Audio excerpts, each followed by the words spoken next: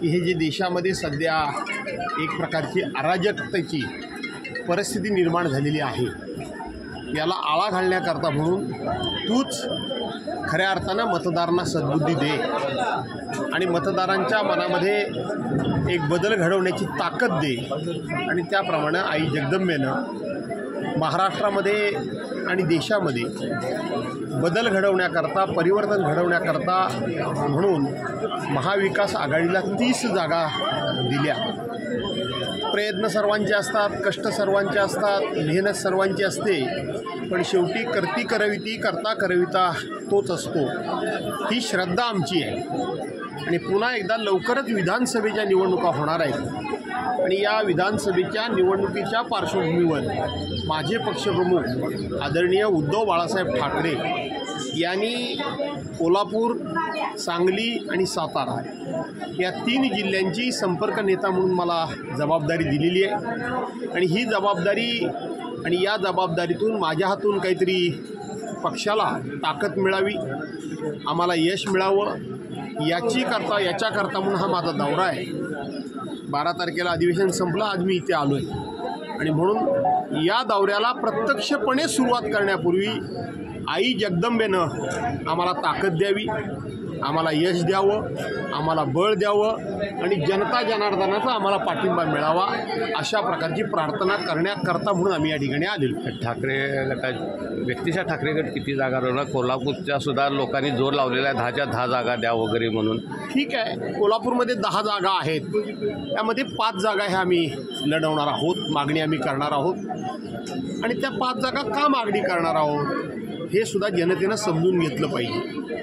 2014 साली कोल्हापूरमध्ये आमचे 5 आमदार होते, 6 आमदार होते ना, 6 आमदार होते आमचे। काल परवापर्यंत 2 खासदार होते। कोल्हापूरची जागा ही शिवसेनेनं सातत्याने जिंकलेली होती, आम्ही हातकलंगड्यांची जागा सातत्याने जिंकलेली होती आणि त्यावेळेला त्या ठिकाणी आम्ही त्याग केलेलाच आहे। 2019 साली भारतीय जनता पार्टीनं आमचा विश्वासघात करून, मी या दरबारा म्हणतोय की भारतीय जनता पार्टीनं आमचा विश्वासघात करून आमच्या प्रत्येक उमेदवाराच्या विरोधात भारतीय जनता पार्टीनं आपला बंडखोर उभा केला आणि आमच्या जागा पाडण्याचा प्रयत्न केला। म्हणून या जागा मूळ शिवसेनेच्याच आहेत, त्यामुळं आम्ही त्या महाविकास आघाडीकडे मागणी करणार आहोत आणि त्याप्रमाणे आम्ही त्या लढणार। आता सभागृह विसर्जित झालेलं आहे, निवडणुकीला आपण सामोरं जात आहे। 5 वर्षात 2 सरकार आणि 10 वर्षात 3 सरकार झाली। या 5 वर्षातल्या कामगिरीवर तुम्ही समाधानी आहात का? 2.5 वर्षाचा जो कालखंड उद्धव बाळासाहेब ठाकरे यांच्या नेतृत्वाखाली आणि महाविकास आघाडीचं सरकार म्हणून जे होतं, याच्यावर ते माझं सरकार होतं म्हणून मी खुश होतो अशातला भाग नाही, तर महाराष्ट्रातली जनता पूर्णपणे खुश होती। परंतु 2.5 वर्षाच्या कारकिर्दीमध्ये काय घडलं? फक्त आणि फक्त विरोधकांचे पक्ष फोडणं, विरोधी पक्षाचे आमदार विकत घेणं, विरोधी आमदारांचे खासदार विकत घेणं हे महाराष्ट्राला बिलकुल आवडलेलं नाही। कालची जी विधान परिषदेची निवडणूक झाली त्याच्यामध्ये सुद्धा मोठ्या प्रमाणामध्ये खरेदी विक्रीचा व्यवहार झाला, लोकांना खोटी आश्वासनं दिली गेली, जनतेच्या टॅक्समधून मिळालेल्या पैशाची वाटप आणि खैरात करून आणि काही रक्कम देऊन इथं मतं फोडण्यात आली।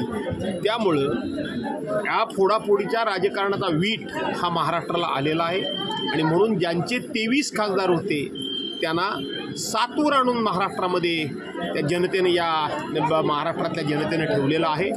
शिवसेनेमुळं 41 खासदार ज्या पक्षाचे होते, सत्ताधारी पक्षाचे होते, शिवसेना वजा जाता आता त्यांचे सगळे मिळून फक्त 17 खासदार निवडून आलेले आहेत। त्यातूनही ते धडा शिकलेले नाहीत, पुन्हा फोडाफोडीचं राजकारण त्यांनी केलेलं आहे। माझी खात्री आहे महाराष्ट्रातली जनता येत्या विधानसभेच्या निवडणुकीमध्ये यांना धडा शिकवील। विधान परिषद निवडणुकीचा निकाल जाहीर झाला, महाविकास आघाडीला 2 जागा, पण मिलिंद नार्वेकर निसटत्या मताने विजय झाले, जयंत पाटील पराभूत झाले, 7 मतं काँग्रेसची फुटली। या सगळ्या घटनांकडे कसं आपण बघता? ही गोष्ट खरीच आहे की आमच्याकडे 2च उमेदवार निवडून येतील एवढाच कोटा होता, परंतु आम्ही तिसरे जयंत पाटील यांनासुद्धा निवडून आणण्याचा प्रयत्न केला, पण ही मतं फुटणार याची कुणकुण आम्हाला वेळीच लागली होती।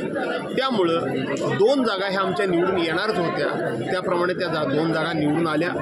आमच्याकडे मतांचा कोटा कमीच होता, त्याच्यामध्ये काँग्रेसकडून मतं आम्हाला मिळणार होती, परंतु त्यातली मतं फुटली. त्यामुळं मिलिंद नार्वेकरांना थोडी मतं कमी मिळाली. परंतु विजय हा विजय असतो, एवढंच मी सांगतो. शेवटचा प्रश्न आहे की महाराष्ट्रातला मराठा आरक्षण आणि ओबीसी आरक्षण सगळा विषय आपल्याला माहिती आहे, आपला आवडता विषय आहे. सगळे खिचडी झालेली आहे त्या आरक्षणाची. परवा जे महाविकास हे आरक्षणाच्या विषयावर सरकारनं बैठक बोलवली, त्याच्यावर महाविकास आघाडीच्या सदस्यांनी बहिष्कार टाकला, कारण शरद पवारांच्या फोनमुळे तो बहिष्कार टाकला, अशी चर्चा पसरलेली आहे. एकूणच ह्या सगळ्या आरक्षणाच्या दोन्ही आरक्षणाच्या घटनांकडे आपण कसं बघता? असं आहे की काही झालं तरी शरद पवार साहेबांच्या नावावर बिल फाडणं ही विरोधी पक्षाची एक नेहमीचीच कार्यपद्धती आहे.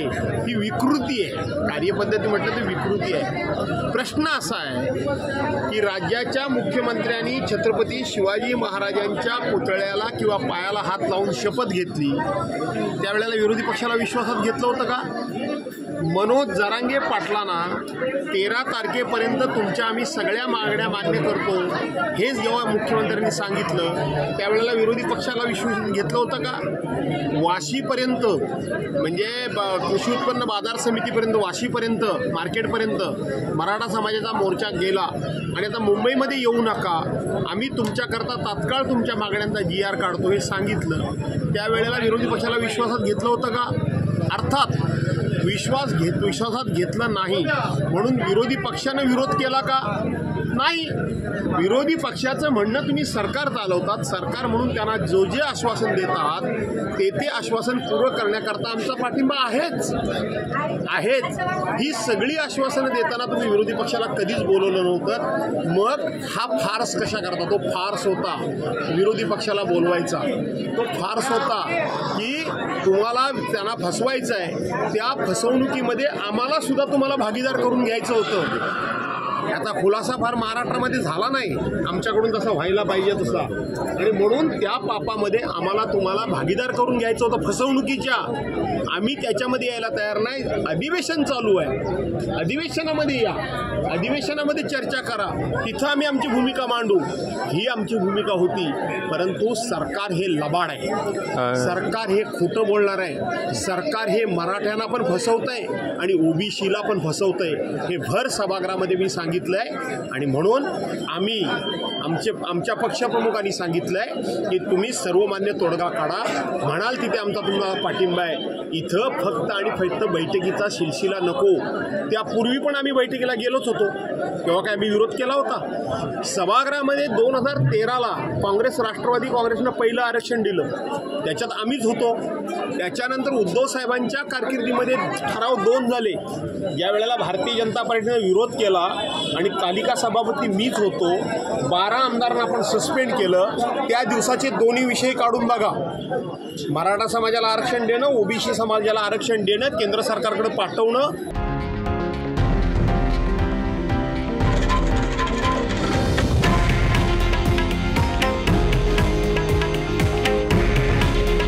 हे आहे देशातील नंबर 1 न्यूज नेटवर्क आणि आपण पाहत आहात TV9 मराठी.